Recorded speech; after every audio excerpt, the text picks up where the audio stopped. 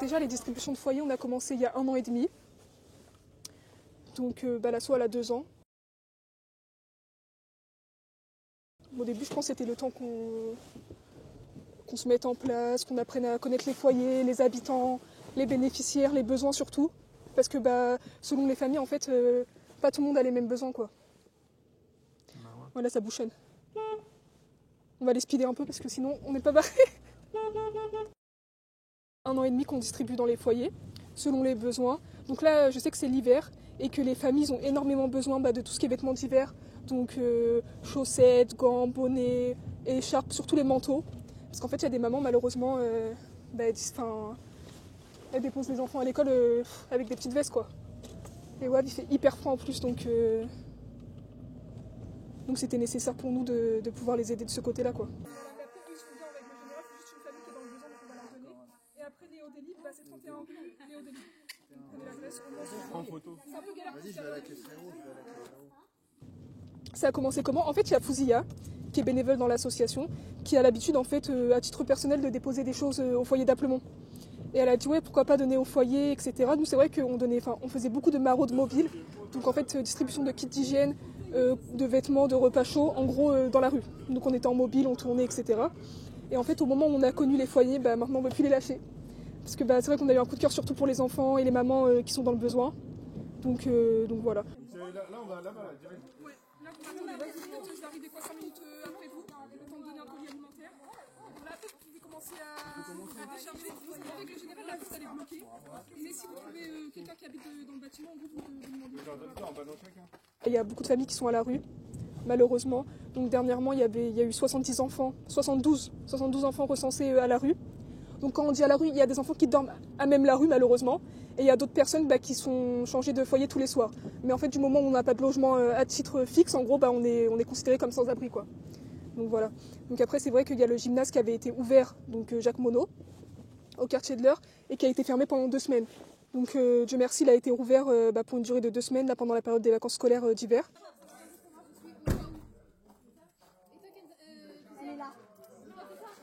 Et surtout, reparler des 72 enfants à la rue et comment on peut faire pour les aider, quoi. Notre détresse, entre guillemets, parce que c'est quelque chose qui nous tient à cœur et nous, le soir, on rentre chez nous, on a notre confort et eux, malheureusement, ils l'ont pas, quoi.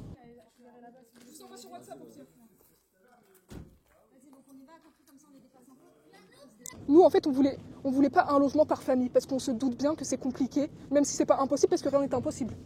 Faut se le dire. Rien n'est impossible, mais vas-y, on part du principe que c'est compliqué, etc. Faites plus de place dans les foyers, je sais pas. Parce que nous, on y va dans les foyers, donc on nous dit qu'il y a des chambres de libre. Donc pourquoi ces chambres-là, en fait, ils sont pas prises? Quand on fait des distributions à 20h, je pense que les familles commencent à appeler le 115 et demander où on peut être logé, etc.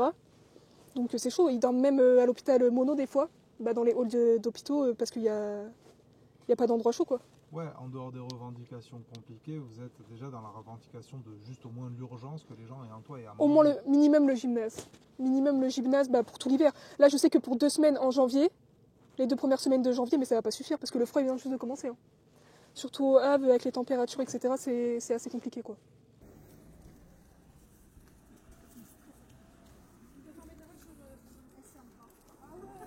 Il y a des enfants qui sont dans les écoles au Havre. Et en gros, le matin, ils font 1h30 de bus avant d'arriver à l'école, en gros, pour histoire de se réchauffer avant d'être en classe, parce qu'ils dorment dehors, quoi. C'est triste, quoi.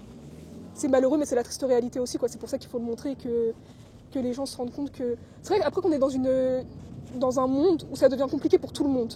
Donc ça, c'est vrai que les gens, ils ont du mal à donner de leur personne, ou du temps, ou de l'argent, ce qui est compréhensible aussi, parce que c'est dur pour tout le monde. Mais en fait, je veux que les gens, ils se rendent compte que, nous, quand on rentre chez nous, on a notre confort. Bien sûr. Voilà, quoi. On a notre lit, on a notre couverture, notre chauffage, tranquillou. Tout va bien, quoi. Et ces gens-là, ces enfants, c'est compliqué pour eux, quoi. Donc là, on vient d'aller au foyer d'Applemont, donc Léo Délib, et on a fait une distribution de colis alimentaires. Donc chaque famille a eu un colis alimentaire. Donc dans ce colis alimentaire, on a eu plutôt des pâtes, du riz, des lentilles, donc des denrées non périssables, comme ça au moins c'est plus pratique pour eux pour stocker au cas où. Ensuite, on a mis des petits pots pour les mamans.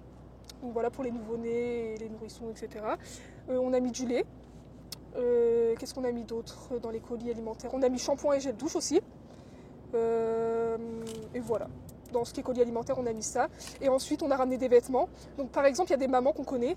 Donc on leur a donné un sac directement quand on est monté tout à l'heure parce qu'on connaît leur situation, etc. Et après, pour les mamans qu'on ne connaît pas leur situation, on dépose dans le hall, on frappe à chaque étage. Donc là, en l'occurrence, il y a 3 étages répartis scindés en 2, donc côté droit et côté gauche. Donc ce qu'on a fait, c'est que pour chaque étage, on a tapé aux portes et on leur dit de descendre et au moins ils descendent. Voilà. Ouais, en gros, vous connaissez. Oui, il y a des mamans qu'on connaît bien parce qu'on vient souvent, qui restent là permanents, donc on a tissé des liens avec eux. Il y a des enfants aussi, là comme Michael, il nous a demandé un ballon de foot et un ballon de basket parce qu'en fait il est venu à la fête de mardi pour Noël, mais lui en fait il kiffe trop le foot. Et c'est vrai qu'on n'avait pas de cadeau, on n'avait pas de ballon de foot lié au sport, etc. Donc on lui a dit bon, prochaine récolte, on vient en fin de semaine et on te ramène ça. Du coup, il était trop content, lui a ramené son ballon de foot, basket. Bon, il y a d'autres mamans aussi au passage qu'ils ont pris. Moi j'ai une petite pièce, voilà, j'aurais pas vu. À même la rue, il faut savoir qu'il y a des femmes qui se font abuser. Ça, je pense qu'il y en a plein qui ne le savent pas, mais qui se font abuser. Dans le cas là, on va pas dévoiler son identité, mais une femme qui est venue avec son mari en fait. Donc malheureusement, ils ont divorcé parce que dans leur couple ça allait plus parce que malheureusement le manque d'argent, le manque de tout, ça met des problèmes dans ta vie personnelle. Donc ce couple ils ont divorcé en gros et elle s'est retrouvée à la rue avec ses 2 enfants. Bon, le monsieur était déjà à la rue aussi, son ex-mari. Bref. Et en gros il y a un homme qui a gentiment qui lui a proposé en fait de l'accueillir chez lui. À quel prix? La dame elle a été abusée plusieurs mois en fait sous son toit de ce monsieur-là. Là, elle a été clairement dépendante et elle nous l'a clairement dit, elle se faisait abuser, mais en fait, c'était soit je dormais à la rue avec mes enfants, et ces enfants sont très jeunes, ou soit je subissais et au moins mes enfants ils avaient un toit. Pourtant, aujourd'hui, on se bat pour le droit des femmes, le droit de tout finalement. Mais si à côté de ça, on ne met pas des choses en place pour aider ces personnes-là, c'est un peu hypocrite finalement, je dirais.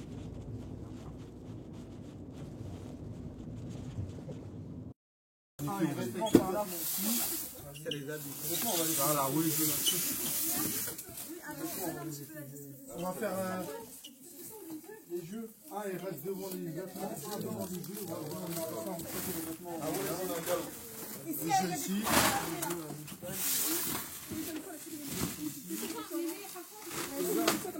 Tous les vêtements, c'est là. Ouais, vas-y. Là, j'arrive, je monte juste les... Ouais, vêtements. Il y en a d'autres des vêtements ou? Ouais, il y en a d'autres.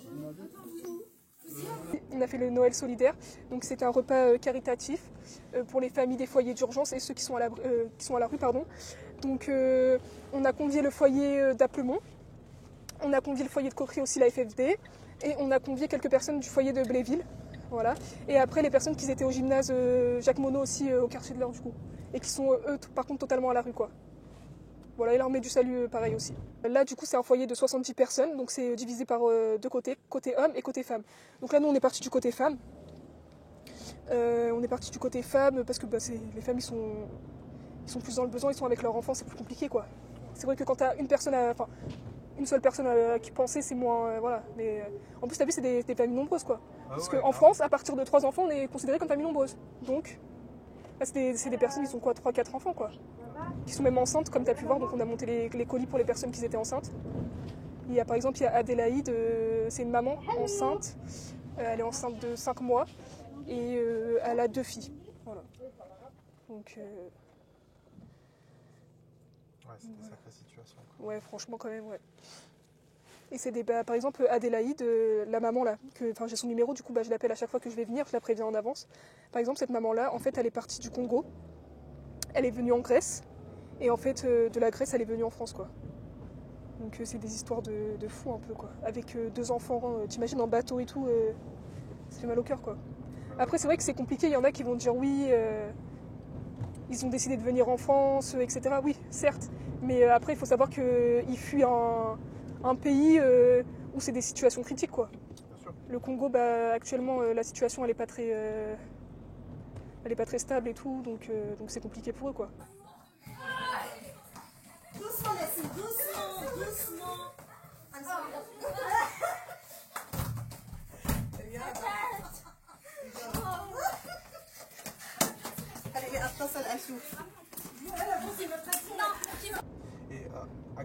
là, on se retrouve dans la période la plus compliquée pour les familles, je suppose. Bah totalement.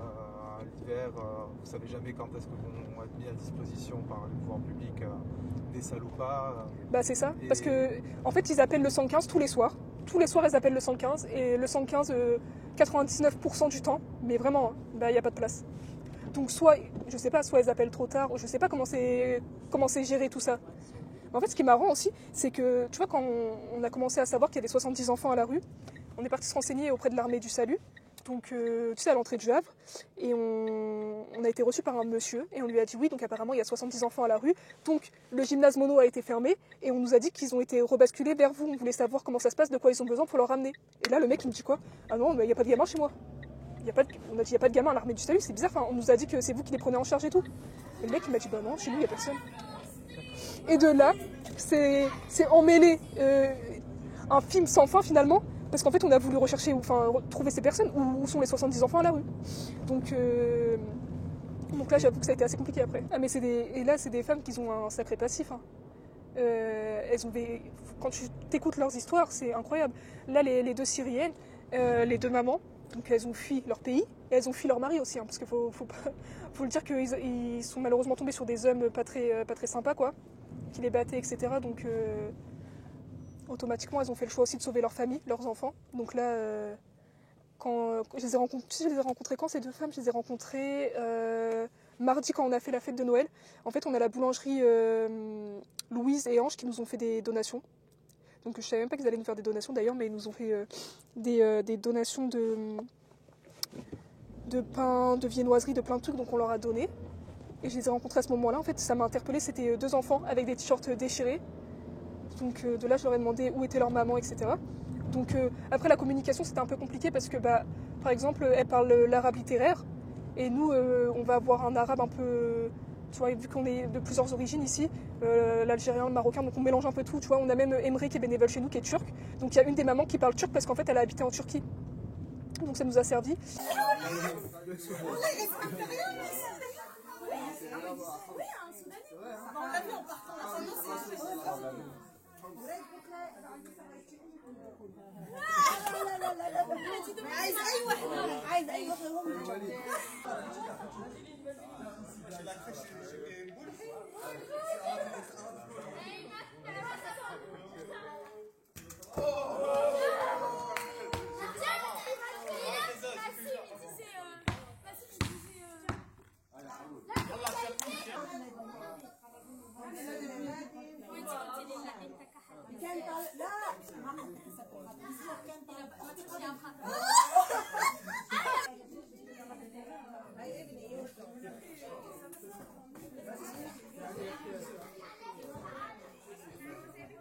Là, dernièrement, pour cette situation-là, on a récolté à peu près 3600 € qui n'ont pas encore été utilisés d'ailleurs, on les garde vraiment pour cas d'extrême urgence. Là, on a eu de la chance, il y a des familles qui sont parties au foyer l'AFFD, comme je t'expliquais pour Rebecca par exemple. Bref, il y a des familles qui ont une situation, qui ont eu la chance de trouver un toit. Donc pour l'instant, on essaye de maximiser les chances et de trouver les lieux, comme le gymnase a été rouvert aussi, qu'on n'utilise pas de l'argent pour l'utiliser, quoi. Donc 3600 €, ok. Il y en a, ils vont dire, wow, c'est énorme, 3600 €. Mais 3600 € divisé par une soixantaine de familles, un logement, un hôtel, etc., on tourne dans les alentours de 50 € la nuit. Ok, faut faire le calcul et c'est vite fait, quoi. Alors pour nous aider, c'est simple. Nous, on a à disposition nos réseaux sociaux, notre site internet également aussi pour les personnes qui n'ont pas de réseaux sociaux. Ils peuvent nous contacter à tout moment. Ils peuvent nous donner des donations, donc par exemple des denrées alimentaires, des vêtements. Comme là, tu as pu voir, hein, les vêtements, ils sautent tous dessus. Hein. Franchement, c'est un truc de fou. On est venu à... Sans mentir, je pense qu'on a à peu près 5 gros sacs, mais c'est des gros sacs Chronopost, quoi. On a fait le tri cet après-midi et tout, mais en fait, j'ai l'impression que c'est jamais assez, quoi. Ouais. Et ça, il y a une frustration qui se met aussi parce que on a l'impression de jamais subvenir aux besoins des gens.